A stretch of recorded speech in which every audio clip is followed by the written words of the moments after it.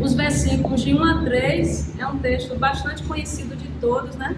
O capítulo 11 de Hebreus é um capítulo grande, ele tem 40 versículos, mas a gente só vai ler o versículo 1, o versículo 2 e o versículo 3, que fala sobre a natureza da fé. Todos acharam? Alguém gostaria de ler? Hebreus 1, 2 e 3, capítulo 11, 1, 2 e 3. Ora.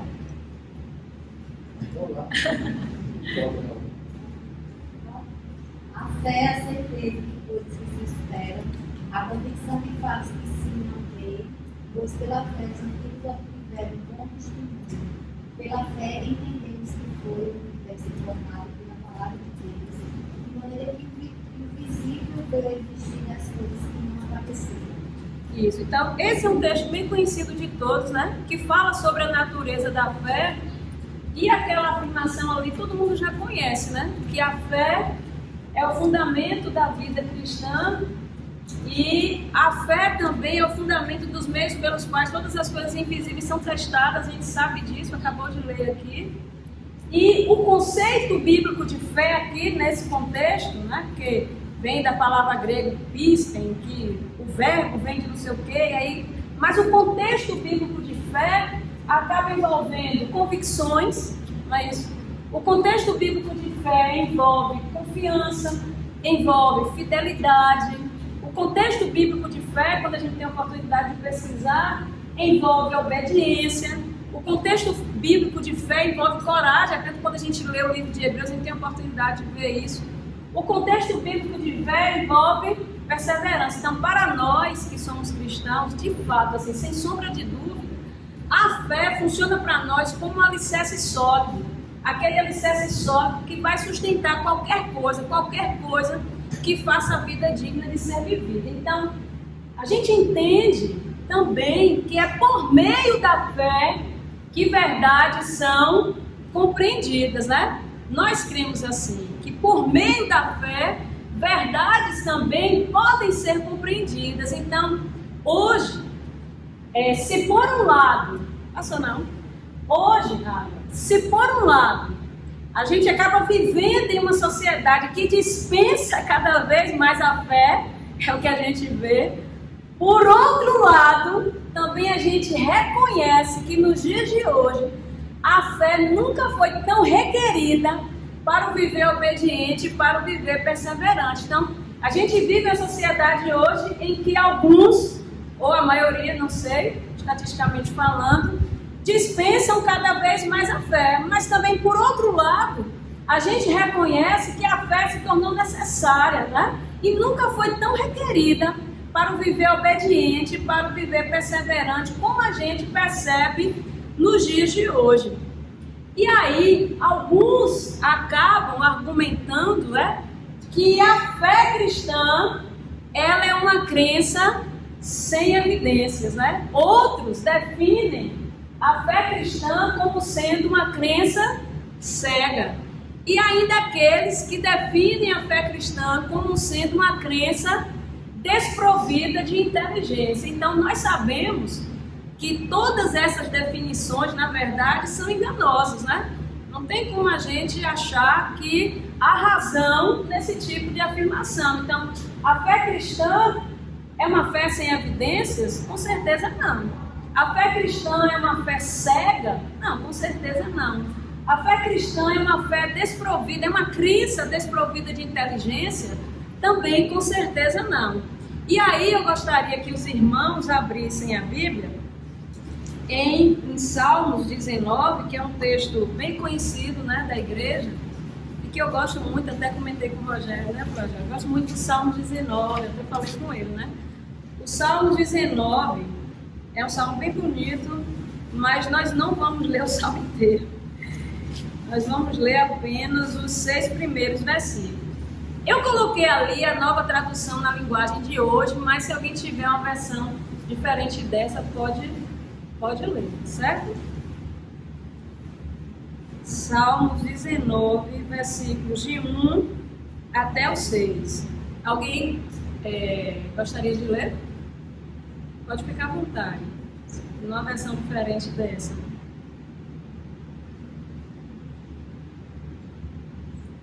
Os céus proclamam a glória de Deus, e o firmamento anuncia as obras das suas mãos.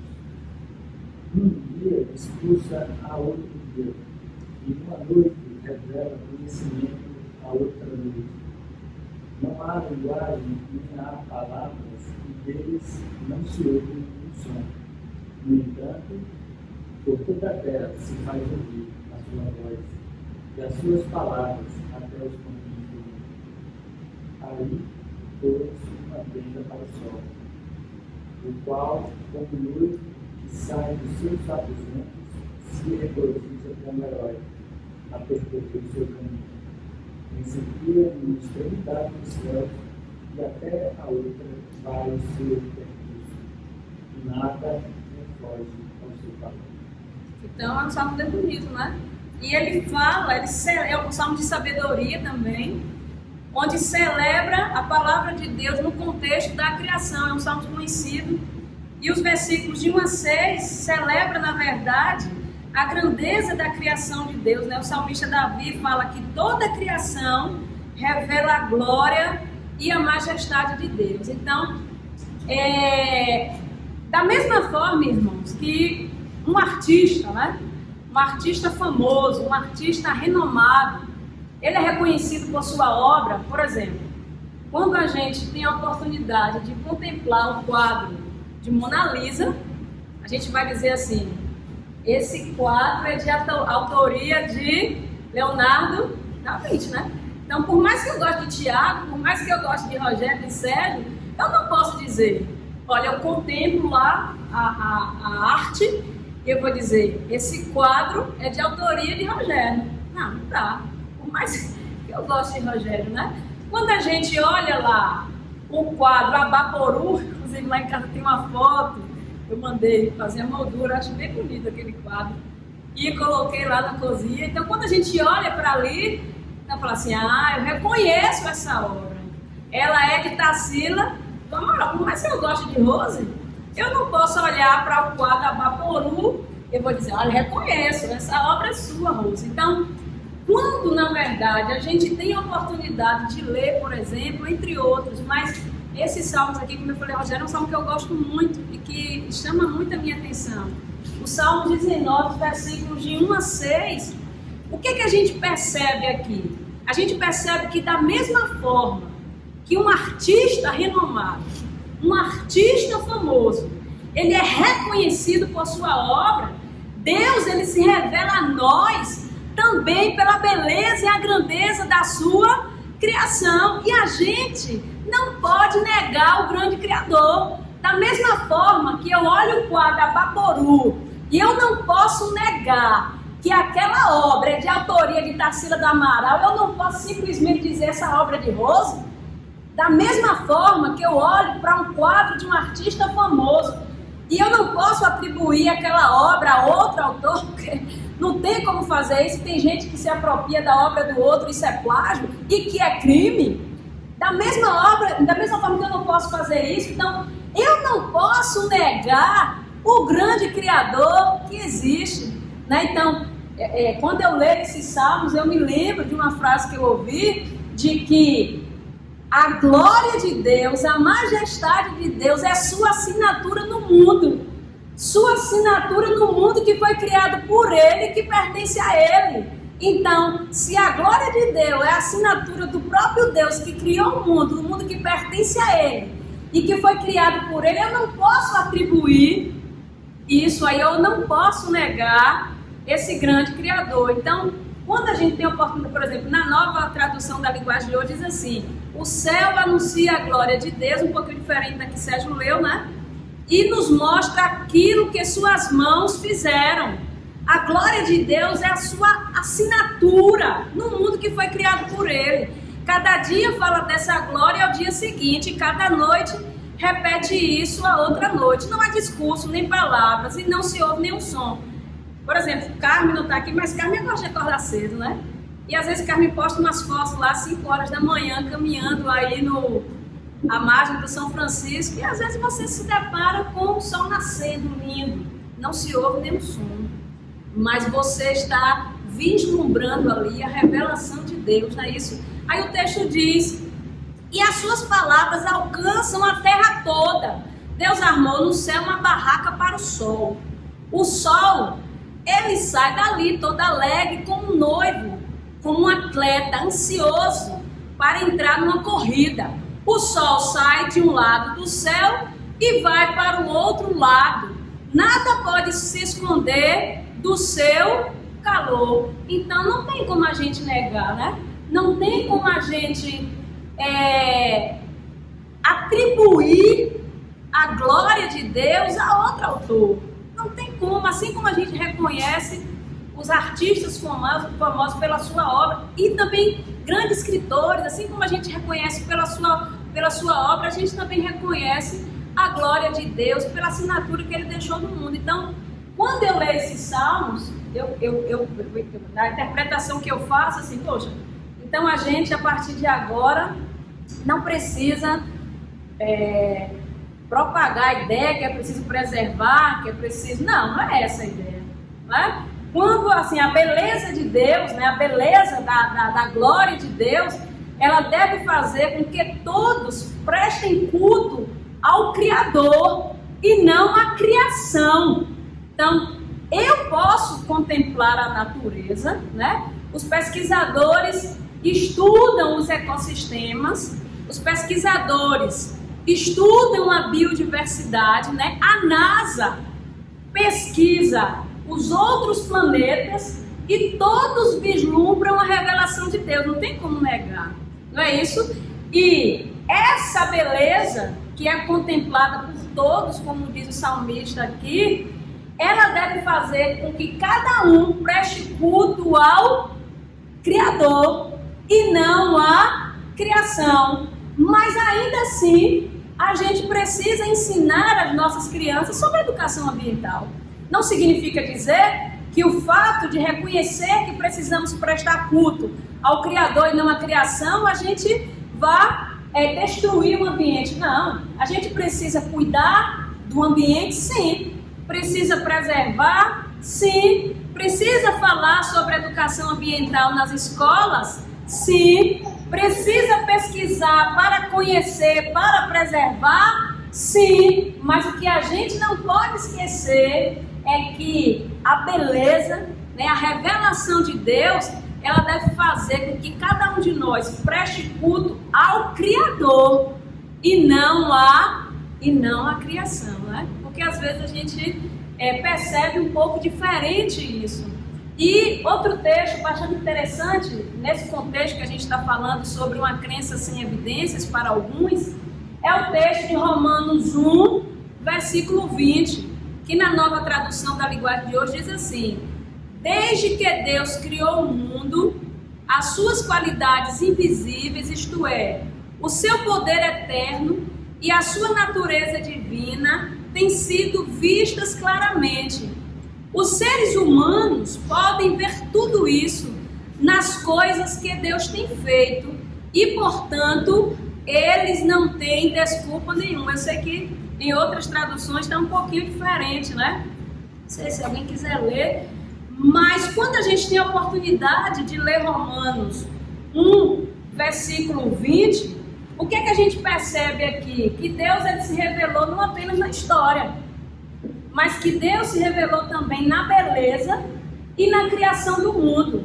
O que acontece hoje é que o pecado ele distorce, ou ele pelo menos tenta distorcer, mas o pecado ele não é capaz de remover o fato de percebermos Deus em tudo, de percebermos Deus na ciência, de percebermos Deus no universo, de percebermos Deus na natureza, né? E aí, por exemplo, a minha Bíblia tem outra tradução, o Romanos 1:20, na minha Bíblia diz assim: porque os atributos invisíveis de Deus, assim o seu eterno poder, como também a sua própria divindade, claramente se reconhecem desde o princípio do mundo, sendo percebidos por meio das coisas que foram criadas. Então, Deus se revelou não apenas na história, mas Deus se revelou na beleza e na criação do mundo. Tais homens são, por isso, indesculpáveis. Ele fala: Portanto, não tem desculpa nenhuma.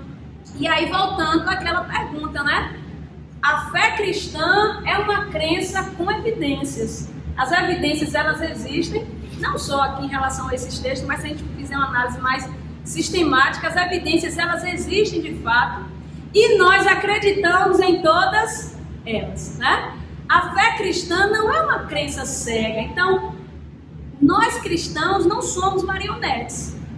Nós temos competências, habilidades e temos autonomia, que é a capacidade para decidir fazer. E por causa dessa autonomia também a gente faz muita coisa errada, mas é outro assunto. E temos também autonomia, não é? E a fé cristã não é uma crença desprovida de inteligência, não é. É uma crença racional, é uma crença inteligente, é uma crença que se harmoniza em um conjunto, né? Em um padrão ali coerente de verdade.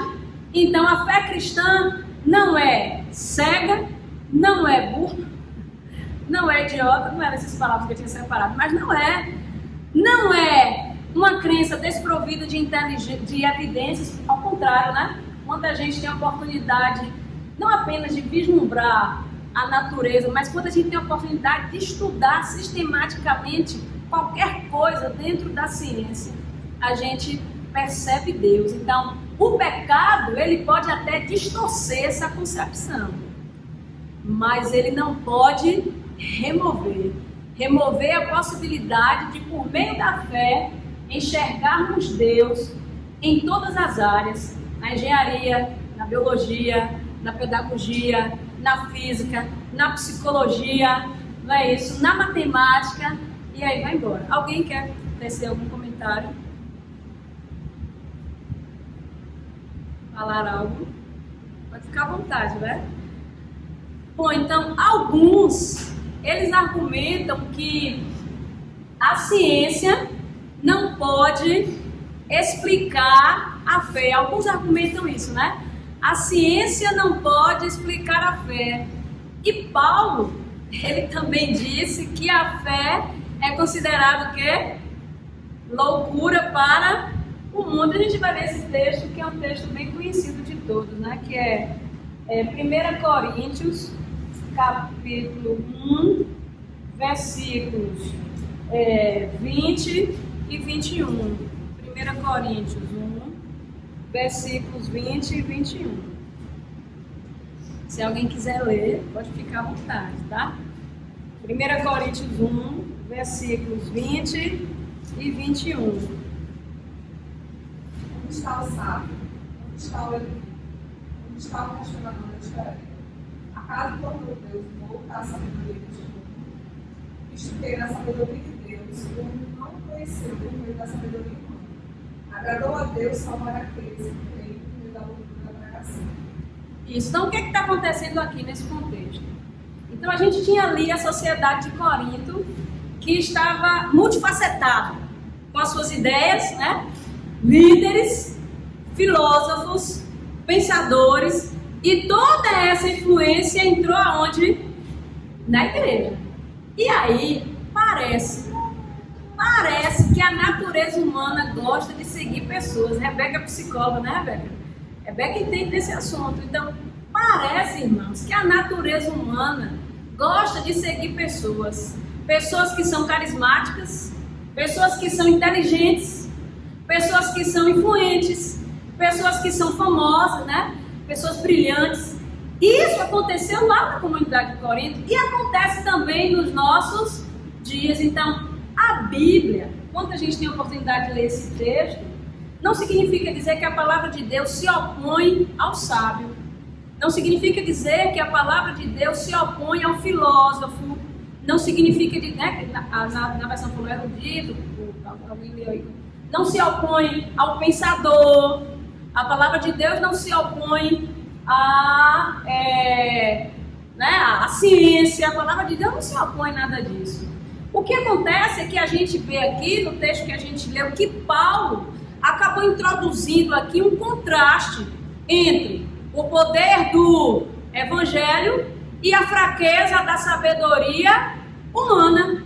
Não é que a Bíblia aqui está se opondo ao sábio, ao filósofo, ao pensador, à ciência, ao conhecimento, nada disso. Mas quando a gente leu aí o versículo 20, que a irmã leu, onde está o sábio? Onde está o escriba? Né? Onde o inquiridor deste século? Porventura não tornou Deus loucura a sabedoria do mundo? Aí o 21, visto como na sabedoria de Deus o mundo não conheceu, por sua própria sabedoria, aprove a Deus salvar os que creem pela loucura da pregação. Então, Paulo introduz aqui um contraste entre o poder do evangelho e a fraqueza da sabedoria humana. E ele acaba considerando nula a sabedoria humana como instrumento de salvação. Não é que a sabedoria humana ela é indispensável. Não tem que estudar, tem que seguir. Não é isso. Mas ele está considerando nula a sabedoria humana como instrumento de salvação. Ele está considerando tolice a sabedoria humana como instrumento de salvação. Porque quando a gente olha aqui a experiência dos coríntios, a gente percebe aqui, o apóstolo Paulo fala mesmo que a experiência dos coríntios revelou que a sabedoria humana não era capaz de conduzir a salvação. É tanto por isso que a gente leu aqui os versículos 20 e 21. Que a sabedoria humana não era capaz de dar a certeza da salvação, porque isso só poderia acontecer através de quem? Do poder do Evangelho de Jesus. Então, quando ele introduz aqui esse contraste entre o poder do Evangelho e a fraqueza da sabedoria humana, não significa dizer que a palavra de Deus está se opondo a essas coisas, mas está dizendo assim, que é nula, é tolice considerar a sabedoria humana como instrumento de salvação. E é por isso que a gente, no finalzinho dos versículos 20, do versículo 20, ele fala assim, que Paulo argumenta, né? Que a sabedoria de Deus é considerada loucura aos olhos da sabedoria o quê? Humana. E aí, voltando ao que eu disse, muitos argumentam que a ciência ela não consegue explicar a fé, porque a razão acaba sendo a principal ferramenta da ciência. A razão é considerada a principal ferramenta da pesquisa científica, da ciência. E de fato, se a gente for pensar assim, a fé ela é autônoma, né? A fé ela não precisa de fato nem de nada, nem de ninguém para comprovar os seus efeitos poderosos. Precisa fazer um experimento aqui, um teste, um ensaio clínico, um teste estatístico da população, preciso fazer uma entrevista aqui para verificar que a fé realmente... Não, a fé é autônoma. Ela não precisa de nada nem ninguém para comprovar a sua eficácia. Agora, nós também sabemos que existe o que a gente chama de método científico. E o método científico, ele funciona como um manual que guia a pesquisa científica, não é isso? E existem várias formas da gente aplicar o método científico. E em cada uma dessas formas de aplicação representa um tipo de método. Eu citei alguns que são bem conhecidos aí quando a gente estuda a disciplina de... Isso, projeto de pesquisa. Aí a gente tem o método científico, pode ser indutivo, dedutivo, dialético, estatístico, comparativo, experimental. Esses aqui são os mais conhecidos. Aí eu até anotei aqui, né? O método indutivo é uma forma de raciocínio que parte da observação. Não concorda com a ideia de que os fatos têm uma verdade absoluta. Através da observação e do raciocínio indutivo que será possível através da experimentação, e a partir da experimentação é que a gente chega a uma conclusão provável. O método dedutivo é aquele método que utiliza um raciocínio lógico para chegar a conclusões mais específicas, a partir de princípios e preposições gerais. Consiste na extração de uma verdade particular a partir de uma verdade geral. O dialético. Primeiro se define uma tese, que é considerada como provavelmente verdadeira. Depois, elabora-se, tem antítese, tá? A irmã me lembrou ali, que vai negar a tese anterior. Aí no embate entre a antítese e a tese, surge a síntese. E essa síntese vai dar origem a outra tese. E aí vai iniciar o ciclo de novo, até que aquela nova seja contestada e aí vai embora. Né? Vamos lá. A gente faz isso muito, né? O método estatístico, das artes das exatas aí, né? É um método que utiliza a estatística para investigar um determinado fenômeno. E esse método está relacionado com a quantificação, com a análise, com a interpretação dos dados que são coletados a partir de técnicas estatísticas. E hoje a gente tem programas, uma série de coisas, né? E a gente tem o experimental, que é um método científico que submete o fenômeno estudado à influência de variáveis controladas para analisar o impacto dessas mudanças no objeto estudado. Esse tipo de método exige que o pesquisador faça um planejamento rigoroso de como vai acontecer todo esse procedimento. Então, a gente sabe, né, que o método científico ele funciona como manual, né, guiando a pesquisa. Então, e a gente também conhece que o método científico é um conjunto de passos que vai proporcionar para quem está realizando ali alcançar um determinado objetivo. Mas existe uma diferença entre a técnica e o método. A técnica vai informar como fazer e o método vai estabelecer o que fazer. O que é que isso tem a ver com a EBD? Tem tudo a ver, porque assim, a gente também sabe que a ciência ainda hoje se vê limitada por perguntas que não têm respostas. Ou se vê limitada também por suposições que muitas vezes são modificadas com o tempo. Não é isso? Que muitas vezes são modificadas com o tempo. Então, mas muitos ainda dizem e discutem que a ciência não pode explicar a fé, porque de fato a fé é autônoma. Mas eu quero que a gente se lembre de tudo isso, tá certo? Alguém quer acrescentar alguma informação nesse contexto? Alguém, todo mundo calado.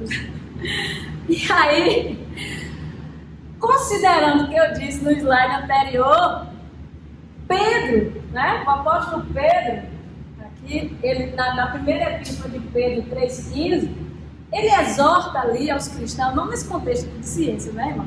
Vou usar o texto para a gente fazer extrair uma lição, né? Que pelo menos para mim eu extraí uma lição daqui. Pedro, ele exorta ali os cristãos a saberem dar as razões de sua fé a quem o solicitar. Então, gostaria que todo mundo abrisse aí. Em primeira epístola de Pedro, capítulo 3, versículo 15. Primeira epístola de Pedro, capítulo 3, versículo 15. Alguém gostaria de ler? Igual que ninguém está falando. Antes, santificai a Cristo, Senhor, em vossos corações, estando sempre prontos a dar razão da vossa esperança a todo aquele que vos pede. Pronto, então, Pedro está exortando assim, olha, vocês precisam aprender, vocês precisam saber dar as razões da sua fé, porque eu falei, biblicamente falando, o contexto de fé envolve muitas coisas, né? Envolve convicção, envolve fidelidade, obediência, perseverança, não é isso? Então Pedro está dizendo assim, vocês precisam aprender, vocês precisam saber dar as razões da fé de vocês quando for solicitado, né? E aí Pedro está dizendo assim, não precisa ter medo. Versículo 14 fala assim, mas ainda que venhais a sofrer por causa da justiça, bem-aventurados sois, não vos... O que é que está dizendo aí? Não vos... Pode falar, Carmen. Não vos amedronteis, portanto, com as suas ameaças, nem fiqueis alarmados. Aí, o versículo 15 foi lido. E o 16 fala o quê? Seja ignorante? Não, ele fala, todavia, né, fazendo todavia com e temor, com boa consciência. Então, quando Pedro exorta ali os cristãos a saberem dar as razões de sua fé, para quem eu solicitar, ele está falando assim, não precisa ter medo. Eu já tive muito medo, né? Já me senti muito coagida, né? Já me senti muito pressionada, comentei com o Rogério, né? Falei assim, minha cabeça não mudou, mas por muitas vezes me senti amedrontada, por muitas vezes me senti coagida, né? Por muitas vezes me senti, mas nem recuei e nem desisti. E ao longo da caminhada tenho aprendido com Pedro e com a palavra de Deus a dar as razões da minha fé para quem solicita. Só que a gente não precisa ser ignorante, como diz o versículo 16. Ele fala, fazendo todavia com mansidão e temor, com boa consciência. Então, você não precisa nem desistir, nem precisa recuar, nem precisa ser truculento. A gente não precisa sair batendo boca com todo mundo, né? Sair desrespeitando as pessoas. A gente não precisa sair denegrindo as pessoas. A gente não precisa ser ignorante com as pessoas. A gente precisa ter discernimento e dar a razão da nossa fé, mas com sabedoria. Não é isso? Porque às vezes quando você dar a razão da sua fé para o outro, dar a razão com tanta estupidez, com certeza o outro não vai entender. Vai entender? Não, porque quando alguém dar a razão da fé, com ignorância, também a gente há uma repulsa. E aí, Pedro exorta, olha, aos cristãos a saberem dar as razões da sua fé quando ela for solicitada. E a gente não precisa sentir medo, nem se sentir coagido. E aí, eu comentando com o Rogério, né, na semana, então assim, isso acontece muito quando a gente é mais jovem, ou quando a gente é novo na fé. E muitas vezes passa realmente pela cabeça a imagem, né? O que vão pensar de mim? O que vão pensar de mim quando descobrirem que eu acredito em Deus, né? O que vão pensar de mim quando descobrirem que eu acredito no criacionismo? O que vão pensar de mim quando descobrirem que eu creio aonde? Na Bíblia. E aí, irmãos, é fato isso. A gente se sente às vezes o quê? Ameaçado. A gente se sente às vezes o quê? Amedrontado. Se sente atemorizado e vai dando passo para onde? Atrás. Às vezes vai recuando. E às vezes recua tanto que quando percebe desistiu. Às vezes o recuo é tão grande que quando percebe desistiu. Então assim, esse texto ele fala muito ao meu coração, porque ele retrata um pouquinho do que eu vivi também. Por muitas vezes eu tive esse sentimento de medo, de insegurança, né? Será que se eu disser eu vou me indispor? Não, eu preciso ter sabedoria ao falar. Eu preciso ter sabedoria quando eu for questionada e precisar dar as razões da minha fé. Não é com ignorância, não é com estupidez, é com sabedoria, é com temor, é com mansidão. Então, a proposta da EBD aqui em trabalhar a ética cristã é fantástica, porque esse também é o papel da igreja, né? Instruir para que possamos permanecer em Cristo, para que possamos buscar a santidade, né? Para que possamos nutrir a fé. Mas a gente só consegue nutrir a fé se a gente estiver buscando, né? Porque ninguém consegue se manter em pé se estiver sem comer ou sem beber, não é isso? Ninguém consegue se manter em forma se estiver sem pelo menos fazer uma caminhadinha, né?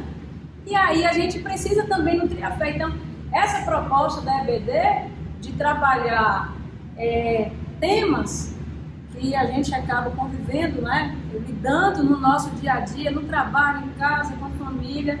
É uma proposta que vem exatamente para nos fortalecer e para fazer com que a gente aprenda a saber dar as razões da nossa fé, né? Não com estupidez, não com ignorância, mas com sabedoria, com temor e com discernimento.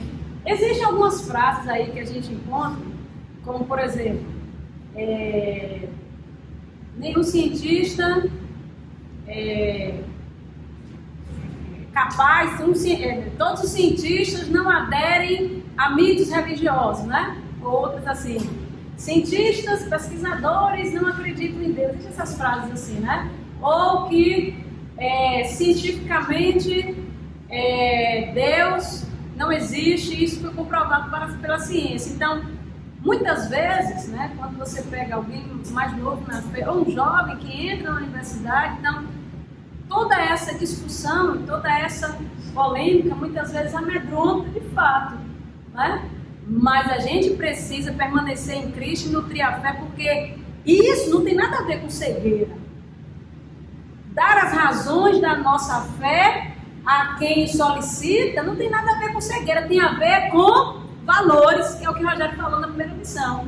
Tem a ver com valores, porque dificilmente a gente vai fazer escolhas, ou vai se pronunciar, ou vai, né, optar por algo sem consultar os nossos valores internos. Nem sempre a gente tem consciência desse sistema, desse complexo de valores, mas eles estão lá. Então, se a gente nutre a fé, a gente vai ter a oportunidade de toda vez que a gente estiver diante do embate, acessar esses valores e ter convicção que a gente crê, né? Alguém quer comentar algo? Diga, Thiago. Vou fazer um pouco de spoiler da mensagem de hoje, porque a gente tem estudado Eclesiastes. E ao ouvi-la, eu me lembrei de que a cosmovisão do autor era chamada de Debaixo do Sol. E ele apresenta o seu argumento de uma perspectiva onde Deus está ausente. E pensando nisso, eu vejo muito como, às vezes, tanto cientistas quanto cristãos confundem os seus campos de concentração, os seus campos de atenção, porque, querendo ou não, a ciência acaba sendo propriamente este estudo debaixo do sol. Eu não estou preocupado em querer justificar o que existe no campo espiritual ou fé, mas é como as coisas funcionam neste mundo.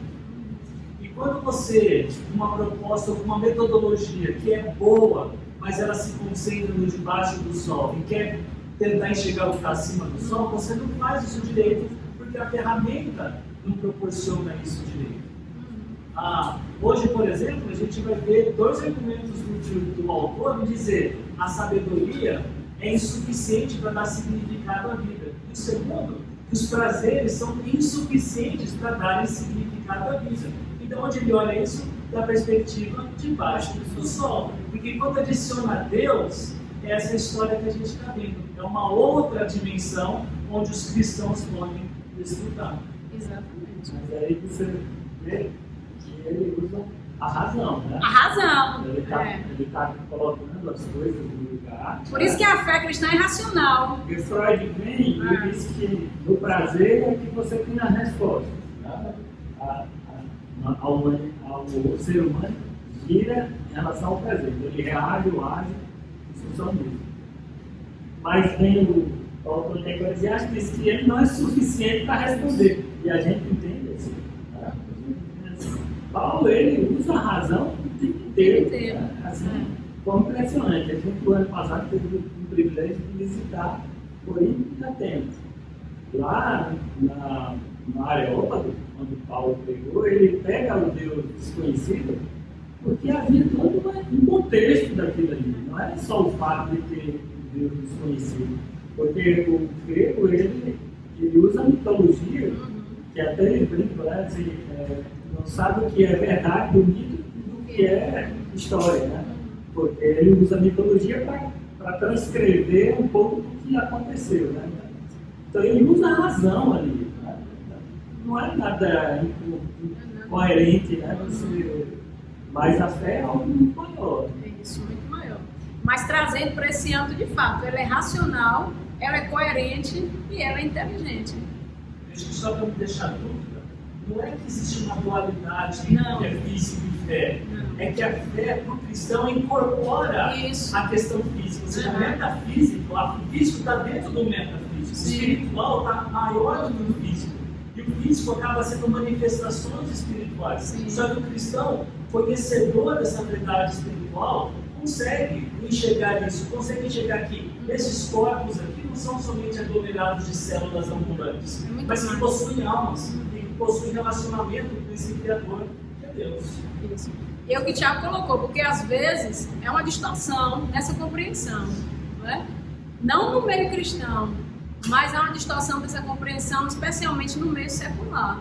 E que essa compreensão ela só é alcançada por meio do Espírito Santo. Então a pessoa realmente precisa nascer de novo para compreender toda essa dimensão, né? Por isso que a gente precisa proclamar a razão da fé, que é Jesus. Porque o Espírito Santo, quando ele encontra uma pessoa, ele une aquela pessoa a Cristo, né? Mediante a fé. E aí a fé, como eu disse, a fé, ela é por meio da fé que verdades elas são compreendidas, né? E muitas verdades não são compreendidas, exatamente o que Tiago disse. Porque na cabeça da maioria existe essa dicotomia que não é compreendida de maneira como deveria ser. Mas glorificamos ao Senhor, porque tivemos a oportunidade de recebermos o Espírito Santo. E hoje a gente ser capaz de compreender isso, né, irmãos? Alguém quer acrescentar mais algo? O pessoal tá tímido, Tiago. Então, vamos lá, né? Mas é muito boa a colocação, tanto de Tiago quanto de Célio. Eu achei interessante isso aqui, de um artigo que eu li, onde o autor dizia assim: o conhecimento, a aquisição, né, do conhecimento científico, ele é um processo vagaroso, ele é um processo contínuo, mas nunca um processo completo, né? E aí a gente conhece um pouco dessa história e que no final dos séculos XV e XVI ocorreu ali a ruptura na Europa entre a hierarquia da Igreja Católica e o conhecimento científico. E a ciência moderna, que é aquela ciência que conseguiu articular o método de experimentação e o método de observação com o uso de instrumento técnico, né, como telescópio, microscópio, aquela coisa toda, ela começou a se desenvolver propriamente na Europa, como o autor diz aqui, no século XVI e acaba se consolidando no século XVII, né, com os trabalhos de Copérnico, de Galileu, de Kepler, aquela coisa toda. Então, com zelo, com cuidado de defender a ortodoxia, né, a doutrina, o dogma, né, o dogmatismo religioso, aí a gente tem a Inquisição. Ela viu nessa evolução científica uma ameaça para a fé cristã, né? Então, de maneira resumida, as ciências, né, acabam se separando aqui da teologia e da filosofia. O homem passa, então, a apostar na razão, nessa tão bendita razão que é tão discutida, né? Porque a fé não é racional, mas é assim, né? O homem passa, então, a apostar na razão e a gente tem essa sentença aqui, né? Que a ciência decorre da atividade racional do homem, sem envolver muito o coração, o sentimento e a emoção. Só que é difícil aceitar esse negócio aqui, porque a gente sempre acessa os valores, né? Mas em todas as áreas, né? Não é tão impessoal assim. E aí, por que eu acabei trazendo esse texto? Porque hoje a gente vive no contexto do pós-modernismo, mas antes existiu a modernidade, né? E na modernidade o que dominava era o pensamento realista, né? Baseado ali no conceito, baseado no conceito de que a mente humana ela poderia ser capaz, né, de encontrar a verdade, ou que a mente humana seria capaz lá de encontrar os rumos certos para a humanidade, não é isso? E hoje a gente tem a pós-modernidade como um conceito, né? Um conceito ali que representa toda a estrutura sociocultural, né? Desde os fins dos anos 80 até os dias atuais. Só que, quando a gente fala hoje na pós-modernidade, a gente vê que a pós-modernidade discute que a razão pelas quais a verdade nunca foi encontrada é porque ela não existe, né? Porque a verdade, a verdade é o produto da experiência de cada um. Então, eu sou diferente de Rogério, então as minhas experiências são diferentes da dele. Então, de repente, a balança da verdade, para mim, é diferente. Então, no pós-modernismo, nos nossos dias, a gente tem esse discurso do relativismo, o discurso do politicamente correto. Então, eticamente, eu não posso sair aí falando que o meu discurso é correto e o seu é errado, ou que, né? Então, a gente tem a questão da inclusão, no sentido, não da inclusão nos outros aspectos, né? Mas no sentido de que a gente precisa aprender a incluir o discurso de todos. Então, como a gente precisa ser politicamente correto e não muito entrar ali no confronto, então eu preciso aprender a ser eclética. Então, eu preciso aprender a incluir o discurso de Sérgio, o discurso de Rogério, o discurso de Rosa, né? Sair aprender a incluir o discurso de todo mundo, porque tem um pouco dessa discussão. A questão do individualismo, então aquele pensamento coletivo lá, no modernismo, ele meio que foi deixado de lado, e agora a gente tem meio que o pensamento individualista, é tanto que representada pelo consumismo, que a gente, né, fala tanto aí, pelo próprio narcisismo, o hedonismo aí, que o Thiago comentou, Alexandre, a valorização do aqui e agora, né, viver hoje como se não tivesse amanhã, a questão da hiperrealidade, essa mistura que a gente tem hoje do real com o imaginário, né? Rebeca, que é da área da psicologia, pessoas que se escondem por trás do avatar virtual, né? Então, essa hiperrealidade é uma coisa tão louca que as pessoas muitas vezes perderam a própria identidade, porque a identidade que atribuiu, a identidade do avatar que foi criada, essa loucura. A questão da subjetividade, nada é fixo, nada é concreto, né? E entre outros, vou parar aqui, a questão da banalização ou ausência de valores. Aí, nesse contexto, nessa perspectiva, a ética cristã realmente parece o quê? Arrogante, né? Porque o discurso não parece ser politicamente correto, né? Nesse contexto, a ética cristã parece ser tola, não é isso? Nesse contexto, a ética cristã parece ser cega. Não é possível que você não tenha uma mente aberta, né? Nesse contexto, a ética cristã, pela maioria, parece ser intolerante. Mas o fato é que a ética cristã não é nada disso, não é cega, não é intolerante, não é tola, não é arrogante, né? Quando, né, Tiago citou aí dessa visão. Mas às vezes os cristãos sim, mas a ética não, porque Sérgio citou assim: o ser humano não faz teologia na forma mais pura, porque a gente ainda vive no contexto do pecado. Então, o ser humano muitas vezes tem por causa da bendita autonomia, né? Então, assim, mas a ética cristã não. A ética cristã, ela não se comporta desse jeito, né? Ela muitas vezes é vista dessa maneira dentro desse contexto, mas ela não é assim. Então, a gente de fato compreende que Deus, Ele criou o mundo, Deus, Ele criou os seres humanos com capacidade de participar da sua própria criação. E aí a gente tem pessoas brilhantes, né? Pessoas brilhantes na ciência, pesquisadores brilhantes, né? Homens com mentes brilhantes que já passaram pela história, que contribuíram aí para o conhecimento científico, conhecimento tecnológico, contribuíram com outras coisas em prol da humanidade. Então, tudo isso é produto dessa compreensão que a gente tem de ética cristã diante da Bíblia, nessa compreensão que a gente tem que não é uma coisa limitada, é uma coisa que a gente vê além. Só que é o que Sérgio comentou, né? O ser humano, ele não faz teologia na forma mais pura, né? Infelizmente. E também a ciência, o ser humano não faz ciência de forma infalível.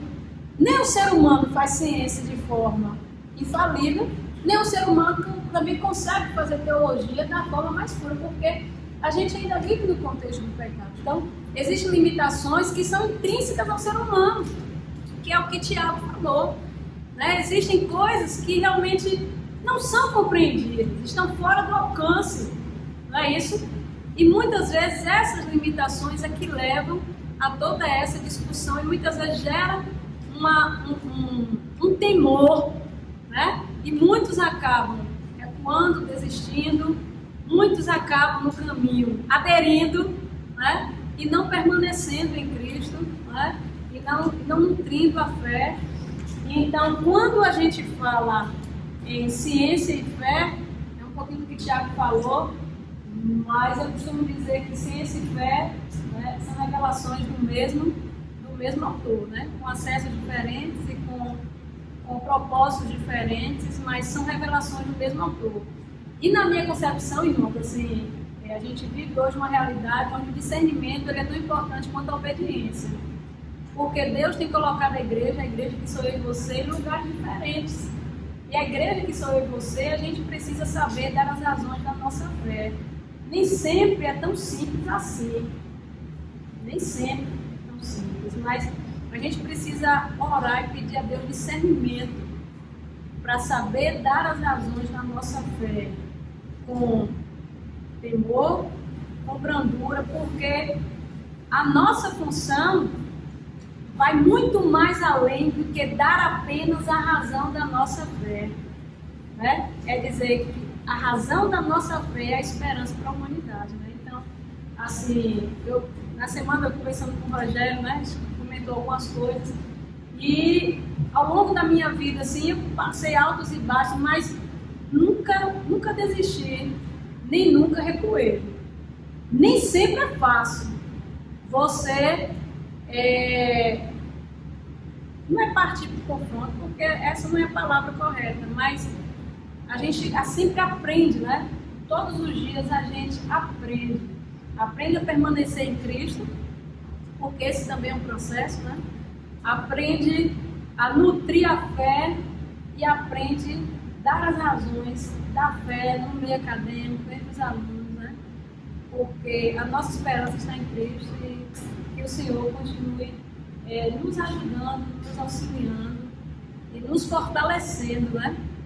No mundo pós-moderno, onde existem muitas discussões além dessas, que tem mexido tanto, né, com tantas pessoas, mas que a gente aprenda a não recuar e também a não desistir. Amém? Acesa o tempo, gente. Nádia, eu posso fazer? Pode. Vai tirar do bolso. Talvez você entre um pouquinho no cunho pessoal, mas sinta-se à vontade, porque a primeira é: qual a sua opinião sobre uma estatística, independente do número agora? O fato é que muitos cristãos entram na academia, entram nas universidades e apostatam, e abandonam sua fé e negam aquilo que durante um bom tempo creram. Então a primeira pergunta é: qual a sua opinião a respeito do porquê isso acontece? Para talvez um ou dois pontos principais sobre isso. Imagino que situações bem específicas poderiam ser comentadas.